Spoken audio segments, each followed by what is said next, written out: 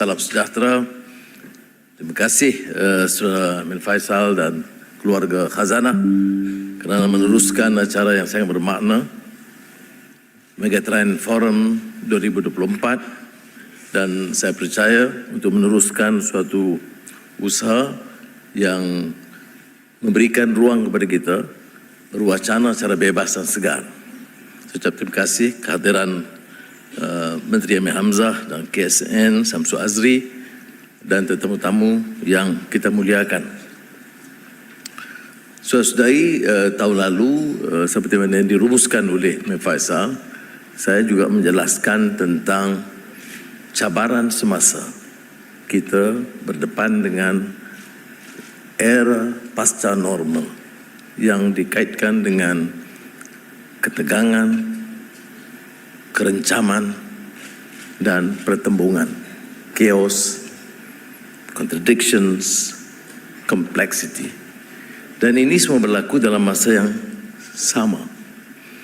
Dan oleh yang demikian, mengarah dan menuntut kita mengadakan wacana yang bebas dan menggesa, asak supaya ada pemikiran baru. So ladies and gentlemen, when I first contemplated the theme of this year's forum, it stirred some deep reflections, for it captures Malaysia's journey over the decades, a journey characterized by trials and triumphs, setbacks and successes. Yet today, the stakes are as high as ever. We now live in a post-normal world defined by chaos. Never have we seen such a convergence of pressures: the climate crisis, rising tide of geopolitical tensions, impacts of macroeconomic headwinds, a network of complexity and uncertainty that demands coordination of the highest order. Malaysia, like many nations, stands at a critical crossroads to leap forward or be left vulnerable to destructive processes. The answer is crystal clear. Our development pathway must be forward-looking, and our solutions must serve the well-being of the rakyat, addressing inequality and cultivating a mindset of shared responsibility and innovation. In the great debate between interventionist government and unbridled capitalism, we know that in modern times, the conventional world has been that it is not the business of government to be involved in business. On the contrary, according to this doctrine, government must get out of the way and let the movers and shakers of business and corporate tycoons have absolute free rein to drive the economy forward. But there are exceptions, it seems. For example, when it comes to big businesses that are too big to fail, then allowance must be made for interventionist policy, especially to bail out failing enterprises such as big banks and insurance companies. Those who are familiar with Stiglitz' account understand this better. To my mind, no matter how you slice it, this approach looks very much like socialism for the rich and capitalism for the poor, where state policies assure that the rich and powerful get to have the cake and eat it too, while the poor and marginalized will be left to clean up the plate. This is why, my dear Professor Stiglitz and I are on the same page. I try to elevate my stance a bit. Perhaps we differ only in terminology or the exact wording used. Professor Stiglitz calls it progressive capitalism, and I call it humane economy for social justice. In his latest book, The Road to Freedom, no coincidence, I alluded to this fact this morning when I met him, I said, the title is diametrically opposed to Hayek's The Road to Freedom. Stiglitz advocates for more government, not less, including the need for environmental regulations, financial regulations, and other regulations necessary for the proper running of the government. Professor, I know these are not your exact words, but as good politicians, we summarize better.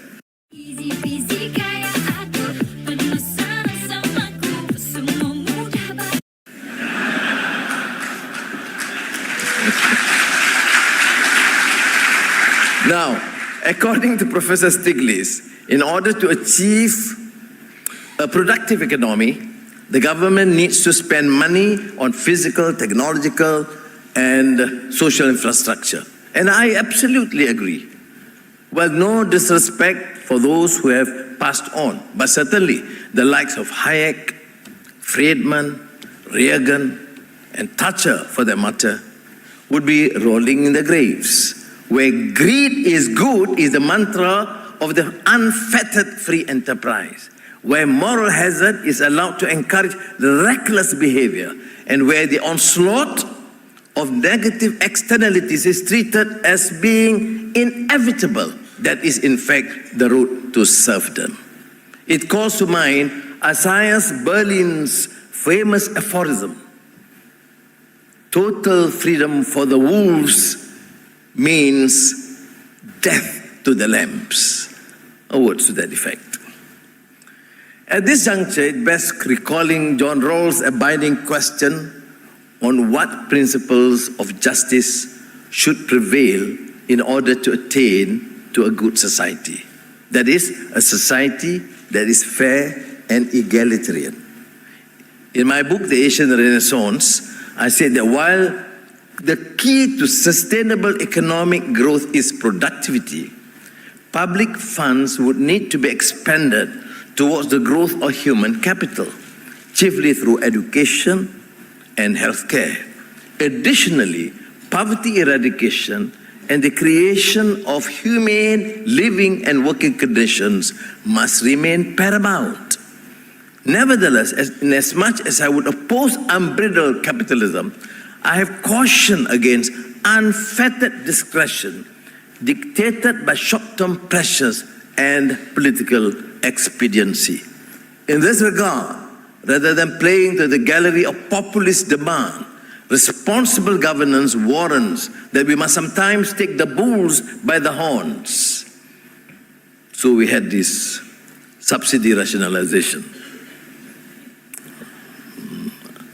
Unpopular is sweet, palatable to the economists, but disaster for politicians.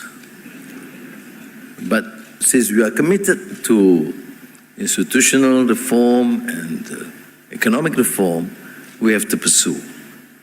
Now, which happens to be our task, and we did it last May, and we decided to implement the diesel subsidy rationalization plan, electricity, and after that we had this assistance or withdrawing the special assistance for the chicken subsidy program. Can you imagine? You subsidize everything, and we are most democratic. We subsidize the rich and the poor and foreigners and anybody. And that has to stop. Rather than taking the safe course of merely paying lip service while being frozen in action, as previous governments had done, we had to summon firm political courage to take this course of action at the risk of being unpopular. Not too unpopular, because we have to survive the next elections. Otherwise, we'll be like, the Churchillian thesis, we all want to be great statesmen who only plan for the next generations. And a good politician is rotten because they only think of the next elections. But you really want to be a great statesman, you'll lose the next elections. So you have to balance. To be both a statesman and partly a good politician. So you have to bear with me on that. Now, we had to choose to play safe and do nothing, knowing that the continued situation would only take us on the road to bankruptcy. Then that would be a dereliction of moral duty, of good and responsible governance. But do we take this action, including implementing electricity tariff adjustments and floating prices of certain essentials in order to inflict pain and suffering on the rakyat? Certainly no. On the contrary, while the majority of the people would continue to enjoy the subsidies that they deserve, the wealthy and the big industries must pay what they ought to. So when I say subsidy rationalization, it actually did not affect the changes, and because the subsidy continues for the vast majority of our people, what we call B40, M40, and probably the low T20. Now, the billions of ringgit saved are now being channeled back to the people in terms of subsidies and cash transfers. And that's what we have done and will continue to do as we proceed boldly on the course of structural reforms. We are committed to governance, accountability, and to social justice. That is, ensuring that the benefits of growth are distributed fairly and equitably, and that every Malaysian has the opportunity to prosper. Those tasked with implementing government policies must therefore adhere to the highest standards of responsibility, transparency, and accountability. We have seen great excesses from political leaders, bureaucrats, and government agencies. Excesses in terms of corruption and excessive spending. So structural reforms must also mean the courage of conviction and fortitude of commitment to take action against the crooks, the unscrupulous profiteers, and the nefarious power abusers without fear or favor. Our measures at structural reforms are already proving to be effective, as evidenced by the performance of the ringgit, the phenomenal increase in investments, and the positive trajectory of our economic growth. Therefore, let me take a moment to thank our investment community, both foreign and domestic, for their faith, trust, and confidence in the Malaysian economy, our governance, our rule of law, and our political stability. Let me assure you that we will not rest on our laurels or be complacent to let our guard down in the face of regional and global challenges. Hence, we are committed to ensuring that Malaysia thrives in this global environment. We are determined to create a pathway to raise incomes, eradicate poverty, and ensure that growth is sustainable, inclusive, and just. We'll continue to embrace a spirit of openness, a readiness to adapt, innovate, and constantly push the boundaries of what is possible. Our response must be holistic, coordinated, and above all, focus on the long-term well-being of the nation. The Madani Economic Framework I introduced last year outlines how Malaysia can prepare for an increasingly dynamic and complex global economy. As innovation and technology are prime drivers of growth for the world today, the government is working alongside GLICs to boost VC financing in this area for the next 5 years. So I thank Faisal and colleagues who have been very supportive in this venture. To deal with the climate crisis, environmental degradation, and resource depletion, we have the National Energy Transition Roadmap 2030 and the recently launched National Climate Change Policy 2.0 to transform our energy sector, reduce emissions, and ensure that we meet our climate targets. Whereas Malaysia has long been a global player in electronics and electrical manufacturing, we must now pivot towards more sustainable technologies and practices while moving up the semiconductor value chain in the global supply network. As the demand for advanced chips continue to spike in tandem with the proliferation of artificial intelligence, EVs, and autonomous driving, as well as in response to a host of geopolitical and geoeconomic factors, the National Industrial Master Plan 2030 must be nimble enough to make the necessary adjustments to respond to the vagaries of market forces. And as we look ahead to our ASEAN chairmanship in 2025, in fact, technically next week itself, Malaysia is prepared to lead with a vision of unity, inclusivity, and collaboration. Recent geopolitical divisions threaten the stability of our region, but through shared leadership and a policy of strong neutrality, or we call it centrality, we can overcome these changes, inshallah. And as we may go beyond ASEAN, as we explore the partnerships with BRICS, which will deepen global South-South, we call it global South relationships, we reiterate the paramount importance of adhering to a rules-based order regionally and internationally, but we reject the hypocrisy and double standards observed by those when it suits them. Likewise, the world needs a new financial architecture founded on the principles of equity, fair play, and justice. And we cannot continue to be disadvantaged by the anomalies and aberrations of the Bretton Woods system. Now, Excellencies, ladies and gentlemen, as we navigate this age of turbulence and contradiction, let us do so with courage, conviction, and a commitment to the greater good.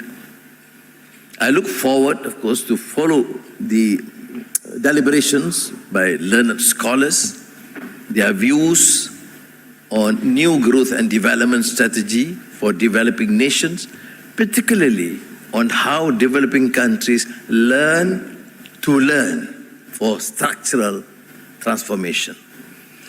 The importance of a scientific temper within national talent is why I believe technological progress and governance go hand in hand.